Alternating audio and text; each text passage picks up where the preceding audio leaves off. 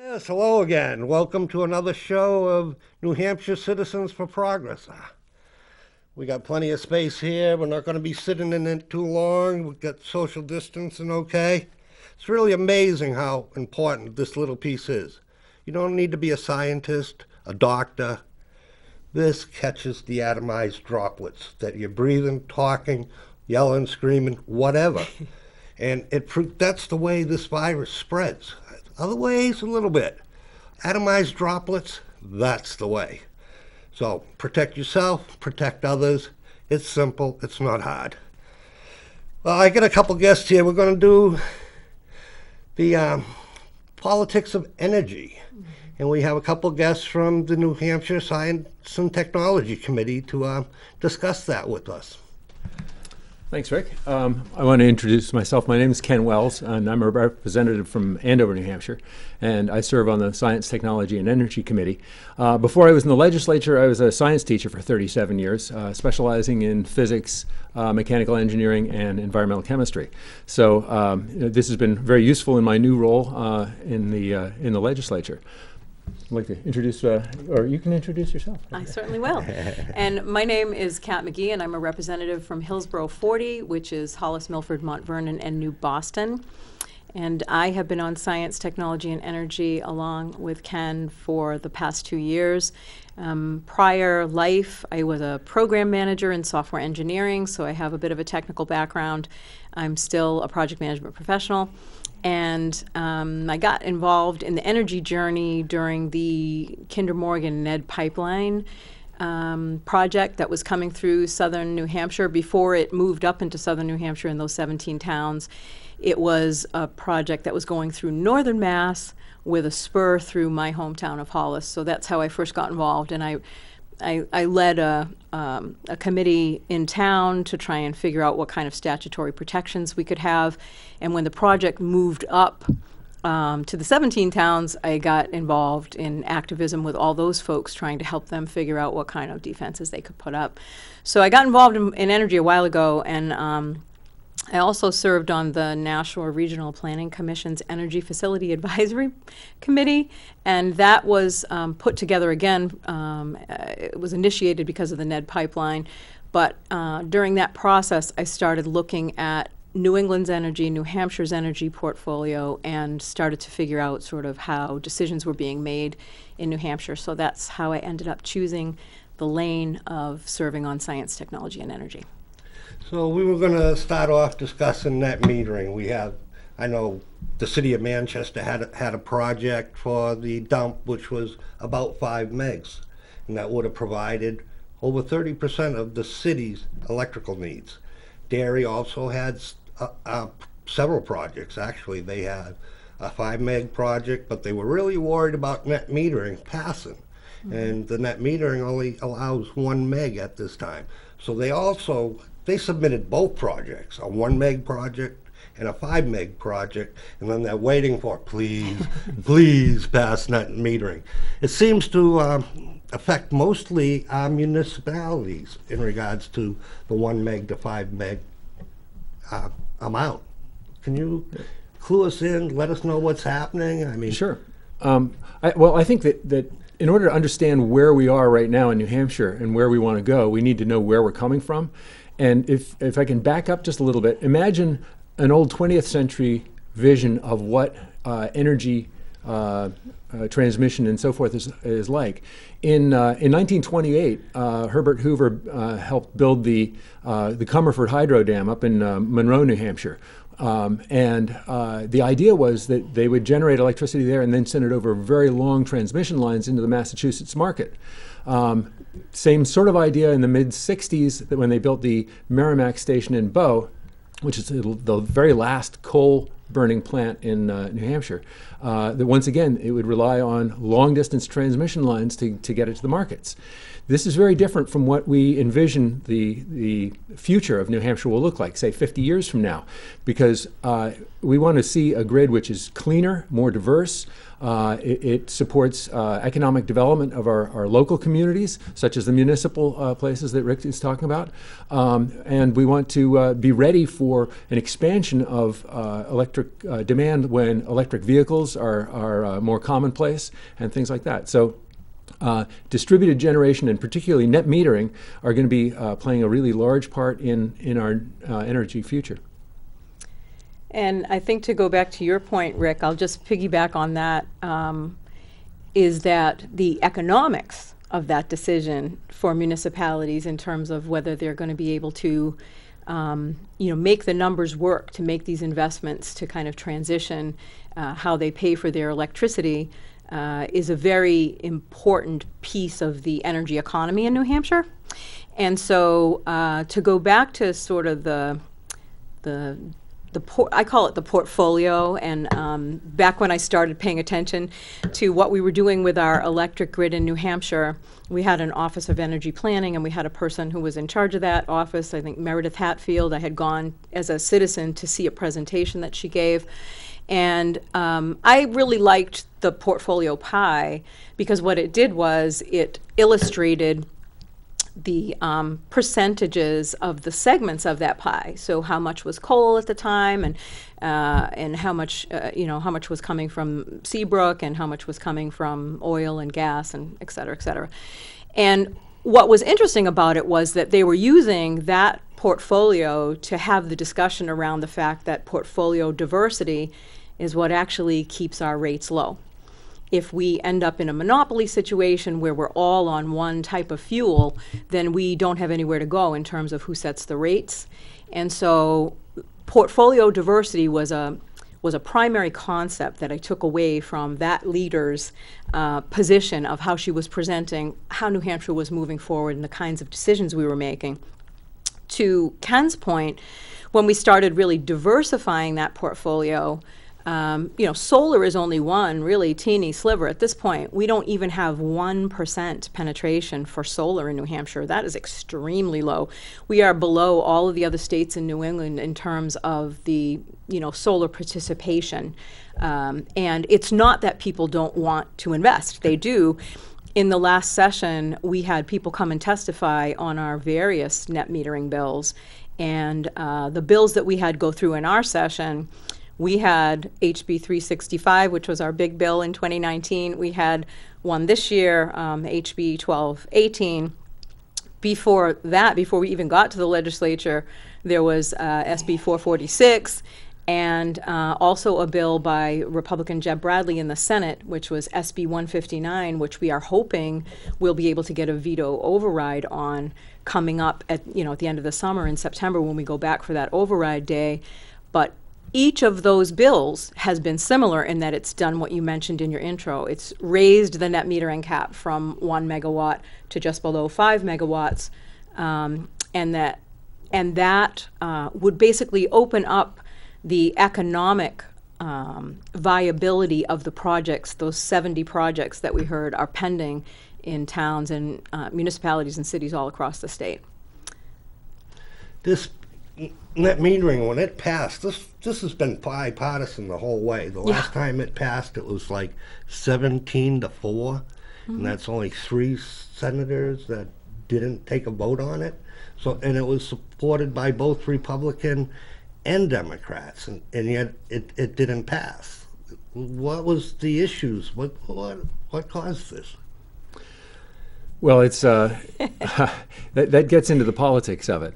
There's an awful lot of opposition to net metering from big oil and big gas, and because of the, I talked a little bit about the 20th century vision for how the network is supposed to work, and how incompatible that is with our vision of the future and how we can move forward.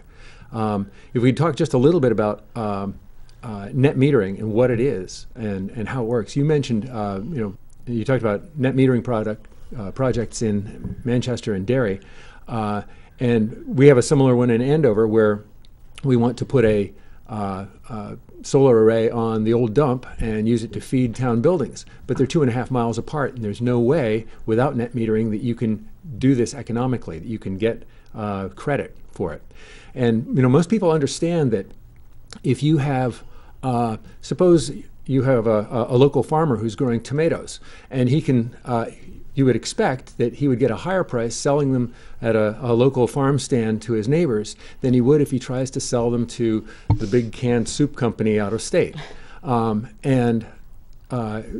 sort of the situation that the consumer generators are in, because they're able to produce their own electricity, and they're in fact selling it to folks across the street. The political view on this for the opposition is that no, he should be selling that back to the canned soup place far away for a much lower price, and therefore the difference in the prices between that cheap price and the retail price represents a loss, which they say is passed on to the ratepayers. It's a completely specious argument. No one would ever do that. You wouldn't take locally grown tomatoes and ship them all the way out of state in order to get a lower price. But that's the way that they are construing it in order to bring the federal government into regulating it. So it's really in the interests of of big oil and big gas to sustain the old view, the highly centralized generation, in order to keep their business models going. Yeah, when I listen to that argument, it's like, okay, we sell the excess power wholesale to the power company. And when we get it back, we're getting it back at retail. And it was like they were doing an accounting paper chase, saying that, well, that's not really, we're not replacing that power or the necessity to generate that power in another way. And instead of taking it from that approach where they were doing a transfer, yes, this came in and that goes out, and it's almost an equal swap. We have to pay for the grid, the transmission system to be there. So there's got to be a price difference to cover that. You see that in your electric bill. You have your bill for your power, and you have your bill for the ability of that power to get to where it needs to go. So it's two pieces. And they were taking and making it more expensive by claiming that it was from someplace else other than that way, is what I understood it to say. No, that's a pretty good understanding. I think what is interesting to me about the way the pricing goes is there's been, we have a Public Utilities Commission. We have folks that are looking at whether or not there's any cost shifting to general ratepayers from the folks who are investing in solar. That has been one of the specious arguments coming from the governor that he puts out there along with his veto notices each time, is that there's going to be this giant cost shift. That isn't true. That's not the way it works. That's not how it's borne out. It's more similar to the way that you were describing it. And I think if the arguments were that in this time of transition, where we're moving towards a more distributed version of the grid, it's not centralized like it once was, and we deregulated. So we've already made the choice that that's the road we're going down. The question is how. And so each time we come back to the well and say, this is how. This is how you make the market viable so that we can add solar in a way that makes sense. The arguments that come back are basically still trying to follow the old model of centralized, right? Or that all the profit has to be here. And I am not an all or nothing person. The way I look at it, the utilities have a very important role to play, and they do have to have a viable economic model moving forward. So all the stakeholders in the energy market have to be looked at and reviewed. What really is lacking is a plan. And maybe that's the project manager in me coming out, but when I look at it, if you're not trying to get anywhere, then don't have a plan, because that's the surest way to make that happen. And that's, with net metering, we've seen a lot of deflection in the arguments that are being put up, because they're not really based in anything that would affect the New Hampshire consumer or they would only, if we had net metering, it would only affect the energy markets in New Hampshire in a positive way. Yeah, I mean, I was at a water meeting, and they have a diesel generator to run electrical backup in case there was a power loss and we don't lose our water. And they don't run it for power purposes because it costs too much. It's not worth the cost of diesel and the cost of electricity to run it. So they only do it to make sure it works. And Eversource wants them to run it during peak period and pay them a lot of money to do that. So it's like, it's just it's going to cost more to do that than to say solar or other means of electrical production have access to the grid, and somehow we're going to end up losing money and paying for it. They're already doing it the way it's happening. It was like $400,000 for a 10-year to run the diesel generator during the daytime. I don't know. Well, Rick, the same sort of thing is happening on an even bigger scale with Merrimack Station in Bow. They have a contract for $188 million over a 10-year period to be on standby. They're not generating electricity, they're just on standby. And that doesn't benefit anybody except the owners of the plant. These big oil and big gas concerns have a vested interest, they're moneyed interest, they can afford to buy influence in government, and unfortunately that's what we're seeing happening here in New Hampshire. My goodness, that's ratepayer shifting, cost shifting. Yeah. Mm-hmm.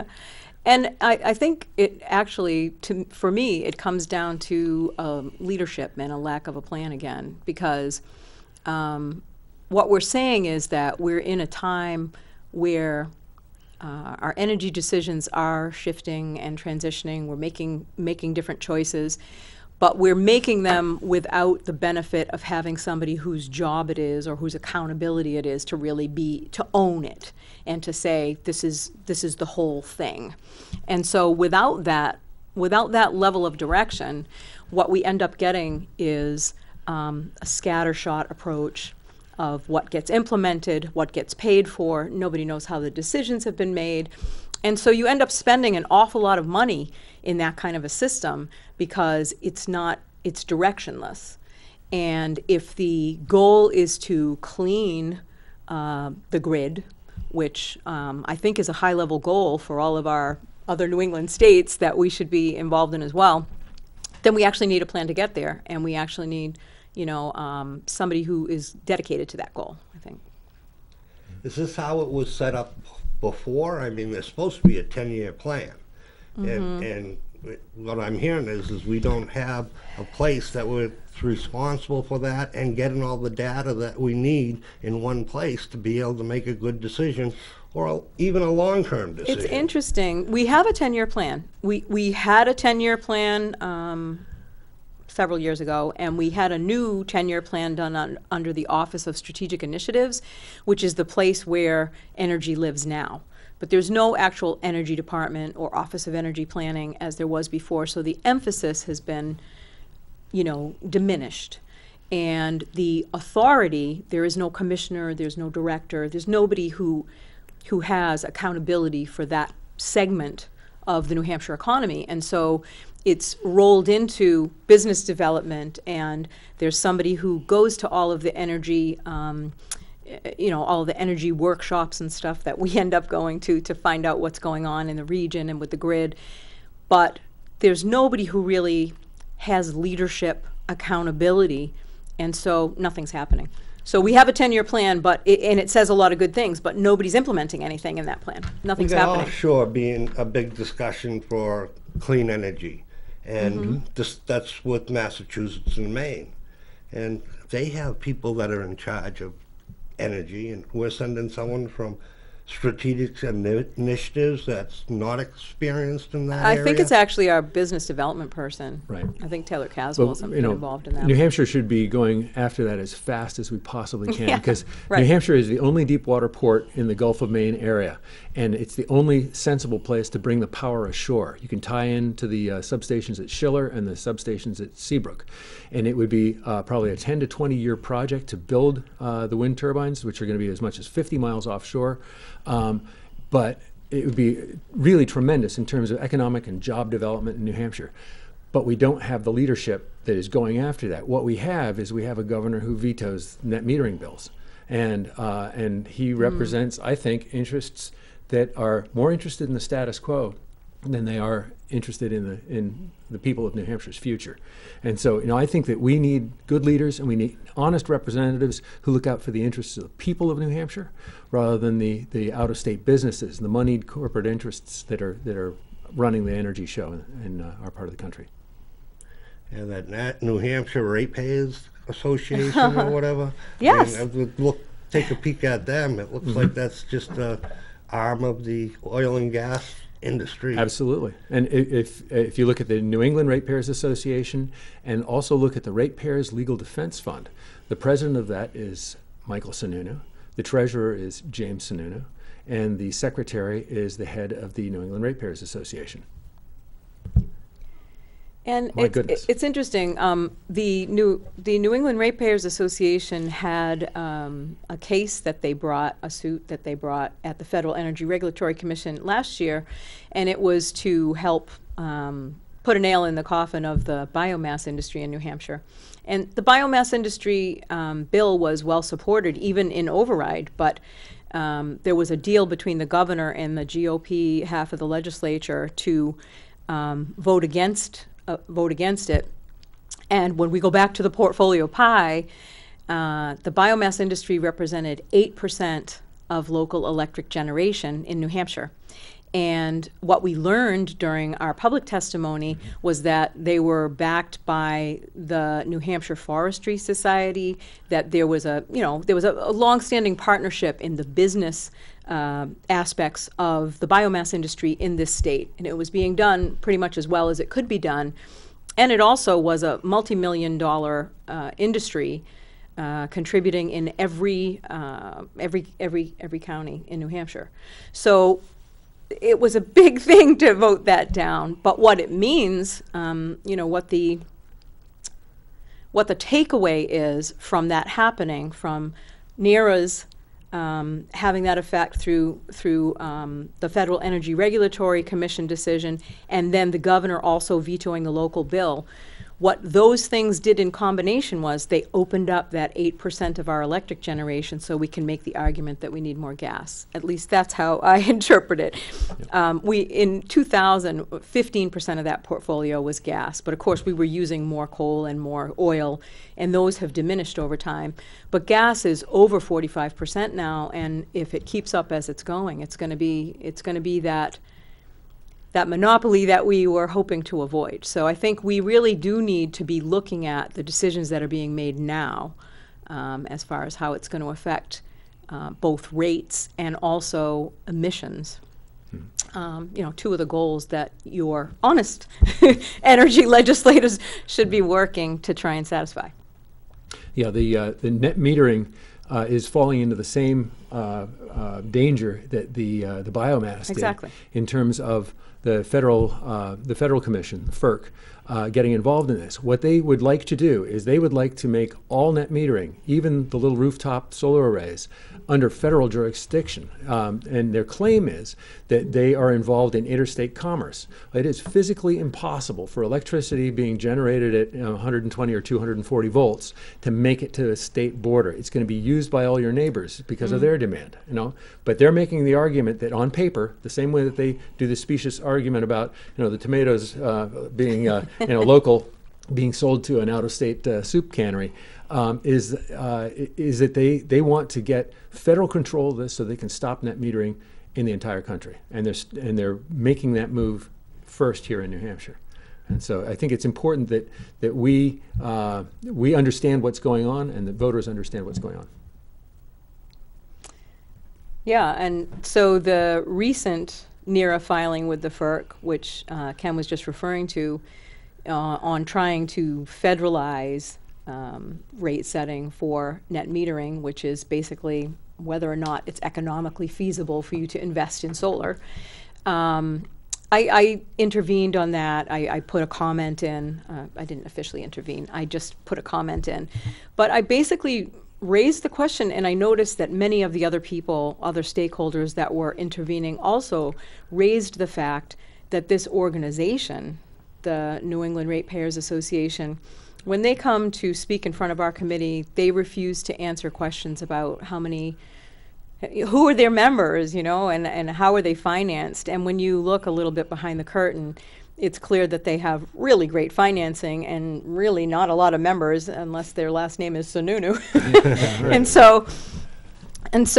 So I sent a letter basically saying to them, all you have to do is look at the position that the organization is taking, and you understand that they don't represent ratepayers.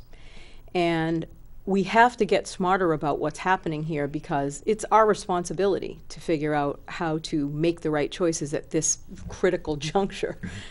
So because the legislator this COVID has thrown the timing off, and some of the bills that were going to be worked on timed out, and the Republicans didn't allow for additional time to be able to address these bills. So part of the net metering, one of the net metering bills at least fell out, but there's one that made it through, and that's still there. What is that? Well, the one that fell out was House Bill 1218, and that's really a shame, because that was a really comprehensive bill. There is some work still with, it's not Senate Bill 159, is it? Senate Bill 159, yes, is coming back to us for veto override, but I think the other thing that snuck through was 466, which was in yesterday's vote. And all that was a bill that was asking to raise the kilowatt for a small generator from 100 kilowatts to 500 kilowatts as a place where you would also be getting back, credits. And in the Senate, somehow it got lowered to 125 kilowatts. So we got 25 kilowatts. Woo! So we didn't get too much, but the way our chair Bob Backus explained it when he spoke about it on the floor was, we'll take the 25 kilowatts. We'll take what we can incrementally. So getting the net metering passed, it's still there. It's still possible, and that. Really, a lot of it affects municipalities, where they're able to generate some of their own power at a lower cost and not be reliant upon the grid. They're able to use the grid for storage. And it seems like the other thing that's really important is we need some way to have this data and decisions done that doesn't exist. That looks like the most important thing that we've really talked about. Yeah, I think you're just exactly right on that. And we also need, this being an election year, I think it's really important that voters understand what the issues are on this. And I'd recommend that if they look at Christopher Leonard's book Cokeland or Nathaniel Rich's Losing Earth, they'll come to understand how much influence big oil and big gas have on New Hampshire politics, and explains also how deeply the Sununu family is involved in all this. Well, I thank you both for coming here and having this discussion with all of us and with you. Hopefully next week we'll see you again. Thank you for watching. I hope you all stay healthy and safe. Thank you. Take care. The preceding program was provided by an independent producer solely responsible for its content. The opinions expressed do not necessarily represent the views of this station, its staff, board of directors, or underwriters.